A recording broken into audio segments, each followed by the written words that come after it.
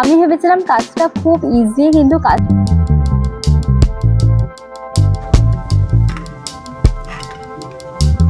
Hello বন্ধুরা, কেমন আছো তোমরা? আমি Sangeeta, welcome to my channel. আশা করি সবাই খুব ভালো আছো। তো আমি জানি আমি এবারে অনেক দিন পর ভিডিও দিচ্ছি, কারণ আমাদের ফ্যাশন শো ছিল, সেজন্য অনেক বিজি ছিলাম। একটাও ভিডিও কিছু বানানো হয়নি, অনেক দিন ধরে ভালো ভিডিও আপলোডই করা হয়নি। তো আমি ওই জন্য ঠিক করেছি এবার থেকে রেগুলার ভিডিও দেওয়ার চেষ্টা করব, কারণ অনেক গ্যাপ হয়ে গেছে, এমনিতেই আমার চ্যানেলের রিচও ডাউন হয়ে গেছে। যাই হোক, আর আমি ঠিক করেছি এবার থেকে ডিজাইন অ্যাসে ফ্যাশন ডিজাইনের স্টুডেন্ট আমি যা যা অ্যাসাইনমেন্ট আমাকে কমপ্লিট করতে হয়, যা যা কাজ করতে হয়, সব কিছু তোমাদের সাথে রেগুলার শেয়ার করার চেষ্টা করব। আর চলো, এটা হচ্ছে ফার্স্ট ভিডিও। আজকে আমি একটা এমব্রয়ডারি করব, চলো দেখাই তোমাদের। আমি তো এখনো সেরকম কিছু শিখিনি, মানে যেগুলো শিখেছি তার মধ্যে এটা আমার সেকেন্ড অ্যাসাইনমেন্ট। এ দেখো, এখানে আমাকে স্টিচ করতে দেওয়া হয়েছিল, তো এখানে আমি এই 3টে স্টিচ করেছি, রান স্টিচ, ব্যাক স্টিচ আর স্টিম স্টিচ। আর এখানে আমার ব্ল্যাঙ্কেট স্টিচটা বাকি আছে, এটাই তোমাদের সাথে আজকে শেয়ার করবো। আপাতত এটা করা যাক। এরপর আমি কিছু রিবন কিনে নিয়ে এসেছি একটা ফ্লাওয়ার বানানোর জন্য। ইউটিউবে ভিডিওটা দেখেছি, ওটা দেখেই বানাবো। তো চলো দেখা যাক কিভাবে বানাতে পারি। আমি এখানে সুতোটাকে পেনের মধ্যে বেঁধে রেখেছি বলে প্লিজ কিছু মনে করো না, কারণ আমার বারবার খুলতে পড়াতে খুব প্রবলেম হয়, তো পাস কাজ করছি, তো সেই জন্য পেনের মধ্যে বেঁধে রেখে দিয়েছি।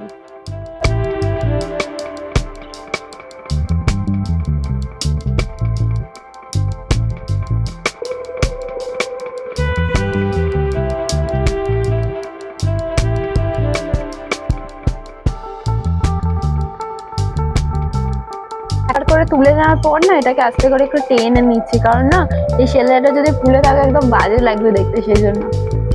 আর এখানে যতটা গ্যাপ দিচ্ছি প্রত্যেকটার মধ্যে অতটা করে গ্যাপও দিতে হবে।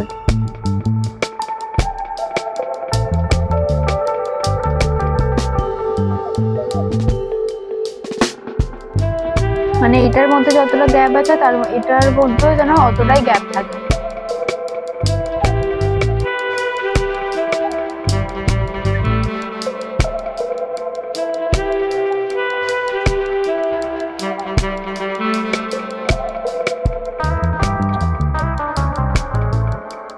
আচ্ছা, তোমাদের বলে দিই তোমরাও কিভাবে স্টিচটা করবে। তো প্রথমে আমরা সুচটাকে এখানে যতটা ডিস্টেন্স হচ্ছে সেম ডিস্টেন্সে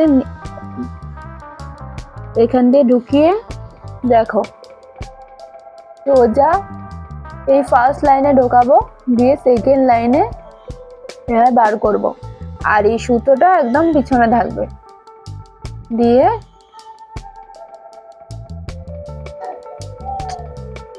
এটা খুব প্রবলেম হয় এখন।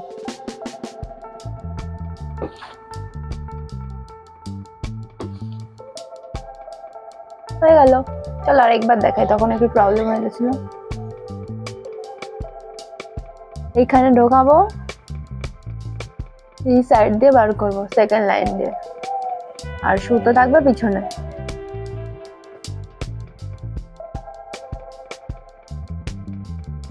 আবার করি, ঢুকিয়ে সাইড দিয়ে বার করব, সুতো থাকবে পিছনে। এটা একটু বেশি দূরে হয়ে গেল।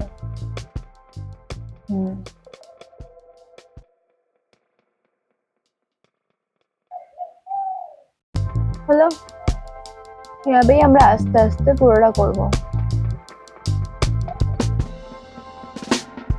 এমনিতে কোনো আমি ভেবেছিলাম স্কেল দিয়ে মাপ নিয়ে করবো, কিন্তু স্কেল দিয়ে মাপ না, এরকম কোনো প্রয়োজন নেই। এটা চোখের আন্দাজে একটা ঠিকঠাক করে মানে মাপটা সমান রাখলেই হবে। তোমার প্রবলেম হলে চাইলে স্কেল দিয়ে মার্ক করেও করতে পারো। আগেকার দিনে যখন করতো না এই এমব্রয়ডারি গুলো, তখন দাদা স্কেল দিয়ে মাপটা কেউ নিত না, সবাই চোখের আন্দাজেই করতো, আর একদম পারফেক্ট হতো সেটা, মানে হাতের কাজই আলাদা তাদের।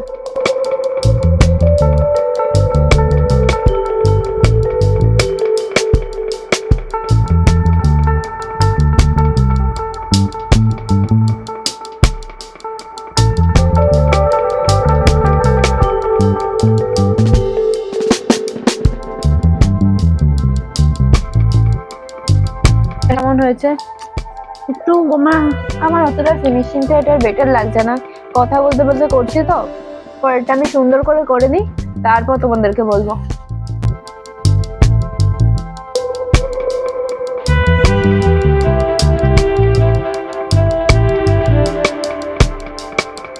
পেন্সিলের দাগটা এত উঠে গেছে, ওই জন্য একটু ফিনিশিংটা অতটা বেটার আসেনি। এবার সেই জন্য আমি কি করলাম, পেন দিয়ে এই জায়গাটা পুরো দাগ কেটে দিলাম। দেখে পেন দিয়ে কেমন ফিনিশিং আসে।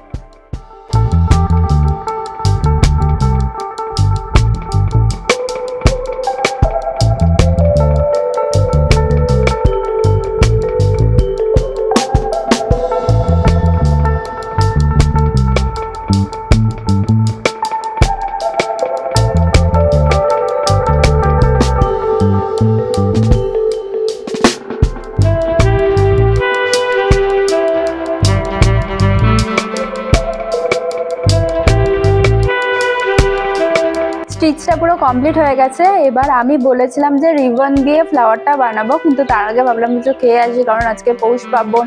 আর তার জন্য কালকে আমাদের পিঠে হয়েছে, আজকে পিঠে, সেটাই আজকে ব্রেকফাস্টে খাবো। আর আজকে আবার রাত্রিবেলা পুলি পিঠে হবে, আর সকালবেলা ঠাকুরের ভোগের জন্য আবার পিঠে পায়েস সব তৈরি হচ্ছে। তো রিবন দিয়ে ফ্লাওয়ারটা বানানোর জন্য আমি খুবই এক্সাইটেড। আগে খেয়ে আসি, তারপর বানাবো।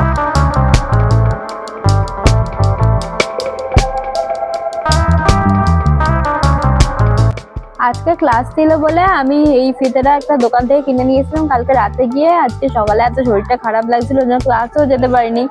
আর এই ফিতেটা দিয়ে তাই ভাবলাম যে কিছু তো কাজে লাগানো যায়, আজকে কিছু একটা বানাই।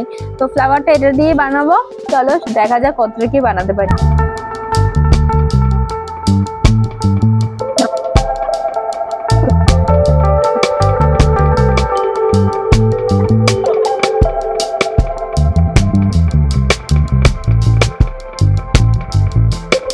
আমি ভেবেছিলাম কাজটা খুব ইজি, কিন্তু কাজটা এতটাও ইজি না। আমি কিছুই করতে পারিনি, এই যে কিছুই করতে পারিনি আমি।